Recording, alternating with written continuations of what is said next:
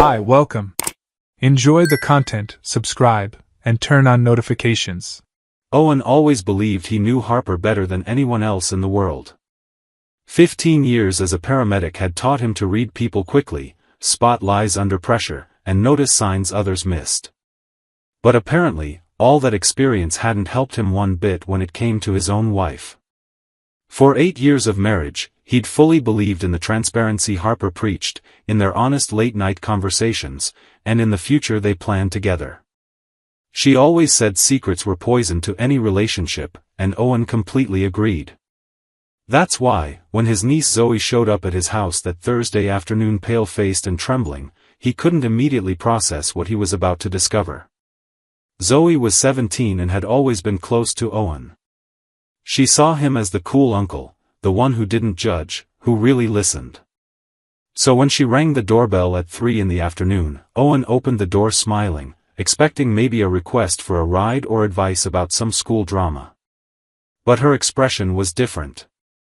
Her eyes avoided his, and she bit her lower lip in a way Owen recognized as extreme anxiety. He invited her in, offered her water, and waited. Zoe sat on the living room couch, staring fixedly at her phone as if it might explode in her hands. "Uncle Owen, I need to show you something," she finally said, her voice barely above a whisper.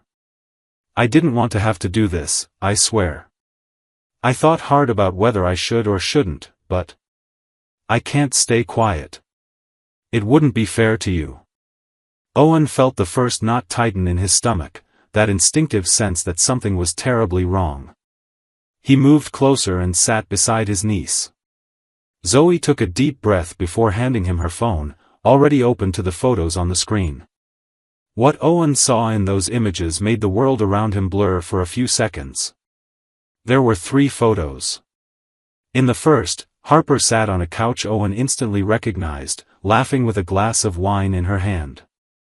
Beside her, dangerously close, was a dark-haired woman with a short haircut whom Owen also recognized, though he'd only seen her 2 or 3 times in his life, Victoria, a former college classmate of Harper's.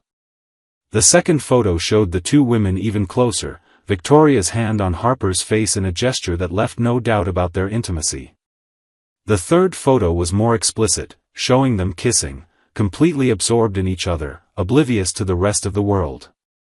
What made it infinitely worse was the location where the photos were taken. Owen knew every detail of that living room, the paintings on the wall, every piece of furniture. It was the lakeside cabin that had belonged to his parents, located 2 hours away in the mountains. The house that now stood empty, waiting to be put up for sale. "How did you get these photos?" Owen asked, surprised he could keep his voice steady. Zoe quickly explained that a friend of hers worked at the flower shop that made deliveries around that area. She'd found it strange to see 2 women repeatedly entering and leaving a property that everyone in the neighborhood knew was empty and up for sale. Just in case, thinking it might be trespassing, she'd taken some distant photos. Later, unaware of the connection, she'd shown them to Zoe. When Zoe saw the images and recognized Harper, she froze. She spent 2 sleepless nights trying to decide what to do. She feared destroying her uncle's marriage, but she also knew that staying silent would leave Owen living inside a lie. Her decision to tell him hadn't been impulsive, it was an act of courage after much reflection. Owen thanked his niece, asked her to send him the photos, and gently dismissed her, saying he needed some time alone. When the door closed behind her, he sat back down on the couch, staring at the images now on his own phone. His mind raced, trying to make sense of everything. The vacation house. Harper had taken the keys about 4 months ago, saying she wanted to start preparing the place for realtors, sorting through his parents' belongings still there, doing minor renovations to increase the sale value. Owen had thought it was kind of her, especially since he himself didn't have the heart to deal with a space filled with memories. She said she'd go there on weekends, sometimes during the week when she had a free day from her freelance graphic design work. Owen had never questioned it, never suspected a thing. Now, looking at the photos, he realized how naive he'd been. How many times had Harper said she was helping a friend move or doing field research for a project? How many nights had she come home slightly flushed, saying she'd had wine with a client? Owen felt anger begin to simmer, but he forced himself to take a deep breath. He was trained for emergencies, for staying calm under pressure. He needed to think clearly. He grabbed his laptop and started checking the dates when Harper had said she'd be at the house. She shared a Google Calendar with him where she marked both professional and personal commitments. He scrolled through the past 4 months, noting every entry labeled Vacation House, Organizing. There were 12 entries. 12 times she deliberately lied. Owen decided not to confront Harper right away. First, he needed to confirm the photos weren't some absurd misunderstanding, though his gut told him there was no mistake possible. He called the security company that monitored the house and went through an identity verification process, answering authentication questions and confirming his ownership of the property. Only then did support send him the electronic lock report. The document showed the house had been accessed 53 times in the past 4 months, always using Harper's access code. 53 times. Far more than the 12 she'd logged in their shared calendar. Owen closed his eyes, trying to control the wave of nausea that hit him. That evening, when Harper came home around 7, Owen was sitting at the kitchen table, his laptop still open in front of him. She walked in smiling, giving him a quick kiss on the forehead as she always did, commenting about the awful traffic. Owen responded in monosyllables, watching her every move. Harper seemed completely normal, even relaxed. She made dinner, chatting about a new client she'd landed and how the project would be challenging but exciting. Owen ate mechanically, every bite tasted like cardboard. When she casually mentioned she'd need to go to the vacation house on Saturday to finish organizing the attic, Owen simply nodded. "Want me to come with you this time?" he asked, keeping his tone neutral. Harper hesitated for a fraction of a second before answering, and Owen caught the tension that flickered across her face. "No need, love. I know you hate going through your parents' things. I'll finish it for you." Owen forced a smile. "Are you sure? It's not fair to leave it all on your shoulders." Harper laughed, a sound that now rang false to his ears. "I'm sure. Besides, you're on shift Saturday, right?" She was right. He was. Or rather, he had been, until 5 minutes ago, when he decided to swap shifts with a colleague. On Friday night, Owen confirmed with a coworker that they'd cover his shift. He told Harper he'd have to work all day and would leave early. Saturday morning, he really did leave at 6, but instead of heading to the hospital, he drove straight to the vacation house. The 2-hour drive felt like an eternity. His mind swung between hoping this was all one enormous misunderstanding and the growing certainty that his life was about to change irreversibly. He arrived at the property at 8:30 and parked his car about 500 meters away, hidden by a curve in the dirt road. He walked toward the house along the side trail he'd known since childhood, positioning himself where he could see the front door but remain hidden among the trees. At 10:20, Harper's car appeared on the road. Owen watched his wife get out, walk to the door, and enter the access code into the electronic lock. She went inside, and for 40 minutes nothing happened. Owen started to feel ridiculous, like one of those paranoid husbands he'd always judged. But then, at 11, a second car showed up. It was a black sedan Owen didn't recognize. The woman who stepped out of it, however, was unmistakable. Victoria. She wore jeans and a leather jacket, her short hair perfectly styled. She didn't hesitate as she approached the house, clearly familiar with the place. She rang the doorbell once, and Harper opened the door almost immediately. What Owen saw next confirmed all his worst suspicions. Harper pulled Victoria inside, and through the window he could see them hugging, then kissing with an intensity that made his heart physically ache. Owen waited another 30 minutes, giving them time to settle in, before moving closer. Each step toward the house of his childhood felt like it weighed tons. He'd rehearsed mentally what he'd say, how he'd stay calm, but now that the moment had arrived, all his words felt inadequate. He didn't ring the bell. He simply entered his own code into the lock and opened the door. The sound led him straight to the living room, where Harper and Victoria sat on the couch, wine glasses in hand, laughing about something. Their laughter died the instant they saw Owen standing in the doorway. Harper's face lost all color. Victoria, on the other hand, just looked mildly annoyed, as if Owen were an inconvenient interruption. "Owen," Harper whispered, setting her glass down so quickly wine splashed onto the coffee table. "What are you doing here?" Owen laughed, a dry, humorless sound. "Interesting. I could ask you the same thing, but I think I already know the answer. The better question is, how long has this been going on?" Harper stood up, her hands outstretched in a pleading gesture. "Owen, let me explain. Please, it's not what you think." Victoria stood too, but her demeanor was completely different. She crossed her arms, her chin raised in what looked like defiance. "Actually," she said, her voice surprisingly calm, "it's exactly what he thinks, Harper. There's no point lying now." Owen finally felt the anger explode. 53 times, he said, staring directly at Harper. "You used that house's access code 53 times in the last 4 months. 53 times you lied to me, came here with her." He gestured toward Victoria, unable to look at the other woman. "How many of those times did you tell me you were working? Or helping some imaginary friend? Or doing anything other than this?" Harper started crying, tears streaming freely down her face. "I'm so sorry. I swear I am. I never wanted to hurt you." Owen took a step forward, and Harper instinctively flinched back. He stopped immediately, realizing she thought he might hit her.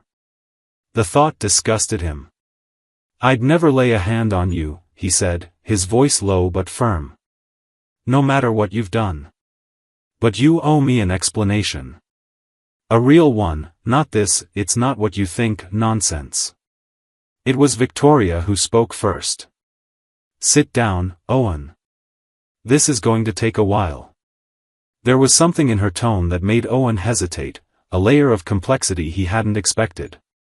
He pulled up a chair and sat, arms crossed. Harper remained standing, wiping her tears with the backs of her hands. Victoria sat back down on the couch, composing herself with a sip of wine before she began. "Harper and I met in college, as you know," Victoria started. "What you don't know is that we weren't just friends. We were in a relationship for 3 years. A serious relationship, Owen. We lived together our last year. We planned a future together." Owen looked at Harper, who lowered her eyes, unable to meet his gaze. He felt as if the floor were vanishing beneath him.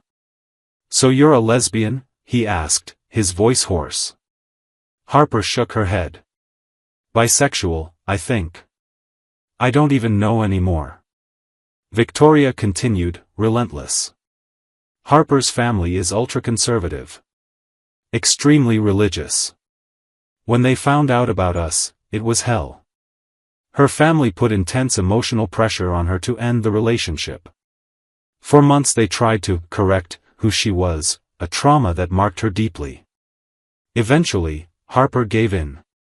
She broke up with me, moved back home, and a few years later met you." Owen felt bile rise in his throat. "So our entire marriage was a lie? You only married me to please your family?" Harper finally found her voice. "No. It wasn't like that. Owen, I loved you. I still love you, in a way. You're kind, stable, everything I thought I needed. But," she hesitated, searching for the right words. "But you never stopped loving her," Owen finished, gesturing toward Victoria. Harper nodded, more tears falling. "I tried. I swear I tried to forget. For years I managed. But then Victoria reappeared 6 months ago, and it all came rushing back." Owen turned to Victoria. And you? What do you get out of this? Does destroying a marriage amuse you? Victoria paused, and for the first time her expression showed something other than coldness. At first, I just reconnected. Nostalgic texts, casual meetups, trying to reconnect with Harper. But when she tried to pull away, when she said she had a life now, that she was married, something in me broke. She grabbed her phone and started scrolling through her photo gallery.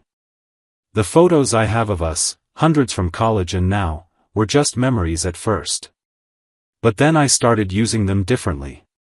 First subtle hints, then direct threats to expose everything to her family. That's when the financial threats began. The shock on Owen's face must have been obvious, because Victoria looked away. That's right, Owen. It's illegal coercion.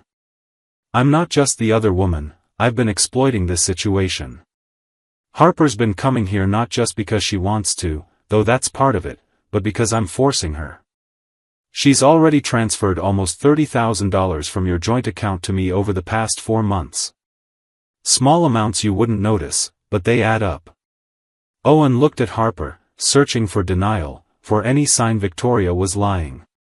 But Harper just covered her face with her hands, sobbing uncontrollably. It's true, she whispered through her tears. I didn't know what to do. She said she'd ruin my life, my career, my relationship with my family. I panicked. She lifted her face, eyes red and swollen. I couldn't ask for help because I was ashamed of my past, scared of my family's reaction, and terrified of losing the one relationship I thought I'd built on stability. I felt like any revelation would destroy everything, and so, precisely because of that, I chose to hide it even when it no longer made sense. The anger Owen felt was unlike anything he'd ever experienced. It wasn't just Harper's betrayal that consumed him, but Victoria's cruel manipulation, the utter disrespect from them both. He stood up, walking to the window to gather his thoughts. His paramedic brain, trained for emergencies, finally kicked in. He needed to assess the situationally, weigh all options, decide the best course of action. $30,000, he repeated, turning to face them. You stole $30,000 from me, Harper. From our money. Money we saved together.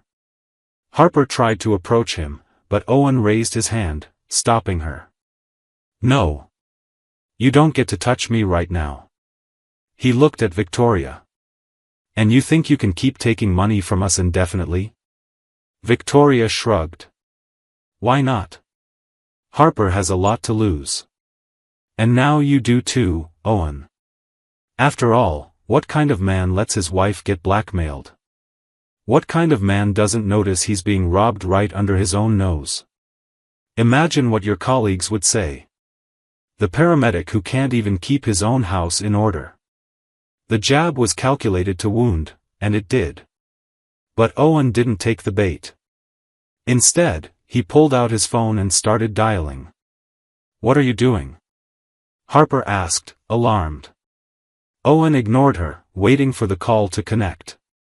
Hello, Ashford County Sheriff's Office? My name is Owen Mitchell. I'm calling to report an ongoing case of financial coercion. Victoria jumped to her feet, her face finally showing real emotion, fear.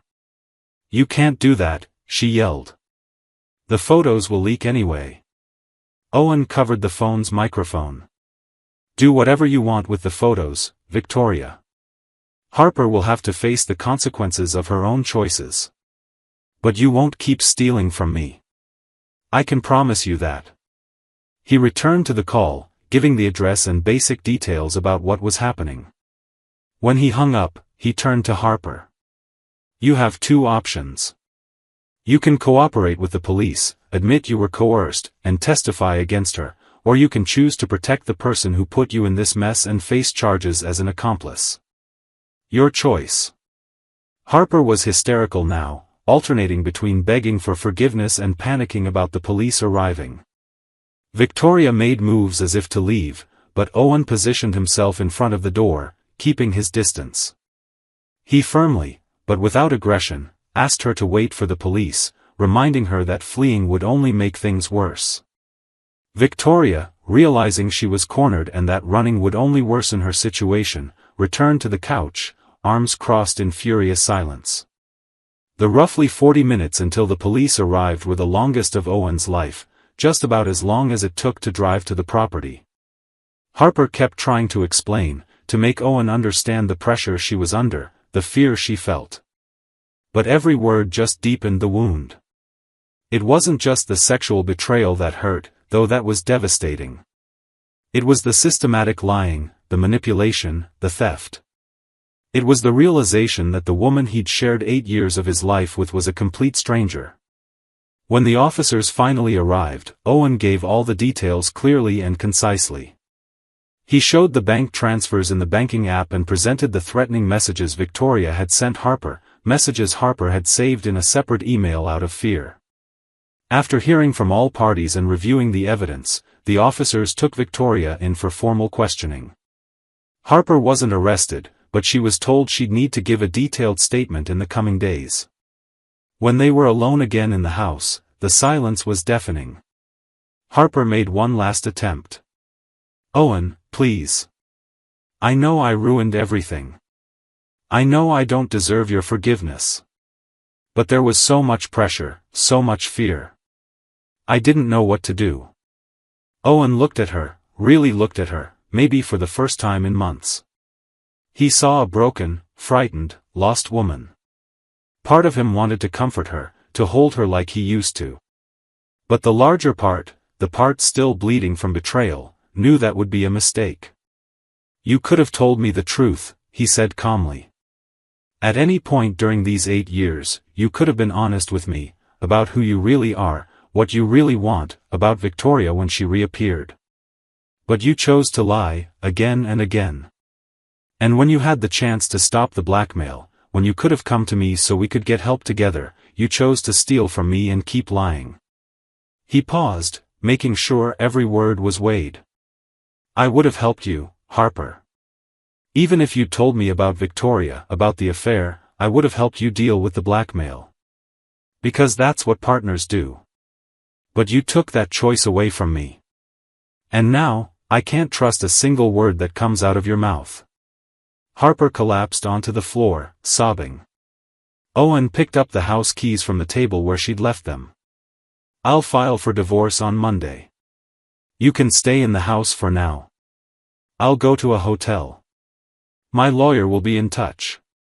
He walked to the door, pausing once to look back. "And Harper? Whatever decision you make about your sexuality, your family, your life, I hope this time you're honest. At least with yourself." The following months were a bureaucratic and emotional fog. The case against Victoria for financial coercion moved quickly. With the evidence Owen and Harper provided, she accepted a guilty plea deal, receiving 2 years in prison and an order to repay the stolen money. Harper fully cooperated with the prosecution, which worked in her favor, but the story inevitably leaked. As expected, her family cut off all contact. Several of her conservative clients cancelled contracts. But Harper also found a supportive LGBTQ+ community that welcomed her, and slowly began rebuilding her life more authentically. The divorce was finalized unusually fast, given their mutual agreement on all terms. Owen kept most of the joint assets, considering the documented theft.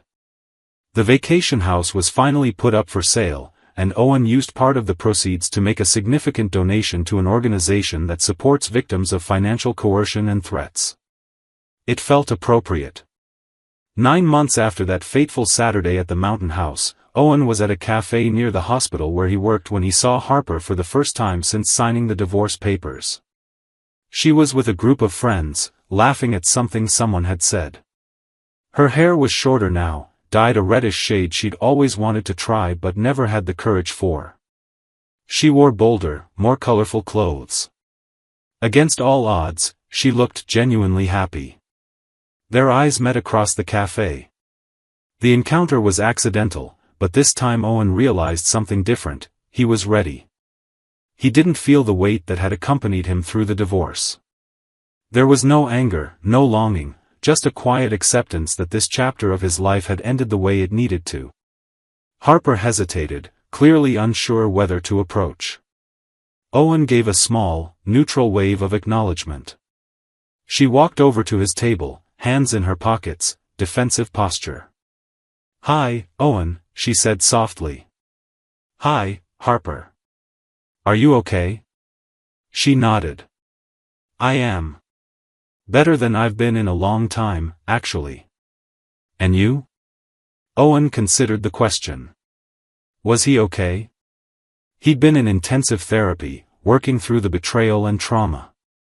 He'd been on a few dates, though nothing serious yet. He'd reconnected with friends he'd neglected. He'd even adopted a dog, a golden retriever named Buddy, who waited for him every night with unconditional enthusiasm. "I'm getting there," he answered honestly. "One day at a time." Harper gave a faint smile. "I'm really sorry, you know. For everything. You didn't deserve any of this." Owen took a sip of coffee, choosing his words carefully. "No, I didn't. But I also learned a lot, about myself, about what I really want in a relationship, about the importance of radical honesty. So, in a strange way, thank you." Harper looked surprised. "Thank you?" Owen nodded. "For freeing me from a lie. It wouldn't have been fair to either of us to keep going like that. You would have been miserable forever, and I would have lived with someone who could never fully be herself with me. Now, we both get a chance to find something real."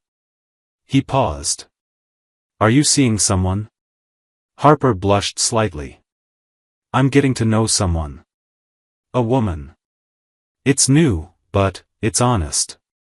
Completely honest from the start. At least I learned that lesson."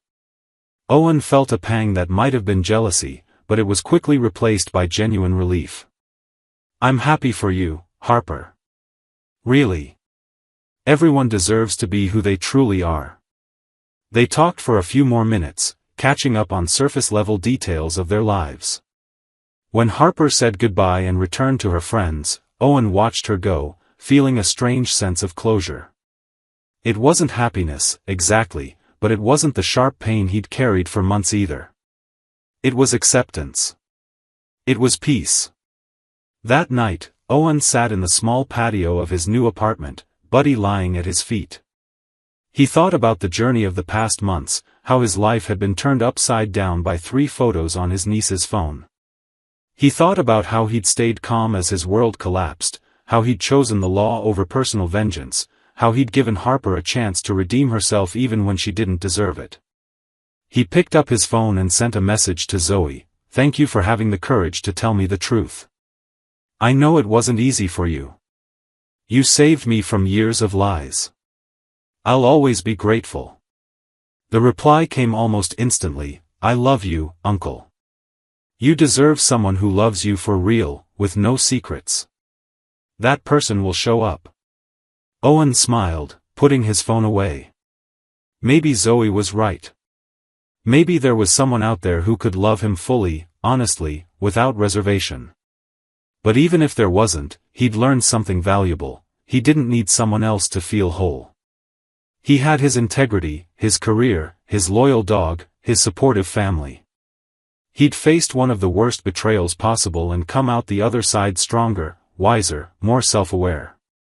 Owen realized that while Harper had broken his trust, it was Zoe who'd really saved him that day, with the truth, however painful. He finally understood he'd rather have a devastating truth than a lifetime built on lies. And it was from that clarity that his new freedom was born.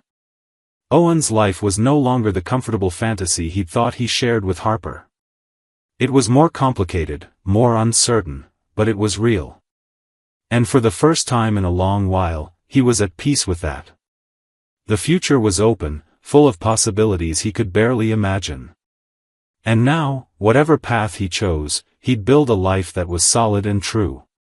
As the stars began to appear in the night sky, Owen closed his eyes and took a deep breath. The cool air filled his lungs, reminding him he was alive, that he'd survived, that he'd keep surviving. And for today, that was enough. Thank you for watching the video. If you enjoyed it, don't forget to subscribe to the channel and turn on notifications so you won't miss any updates. See you next time.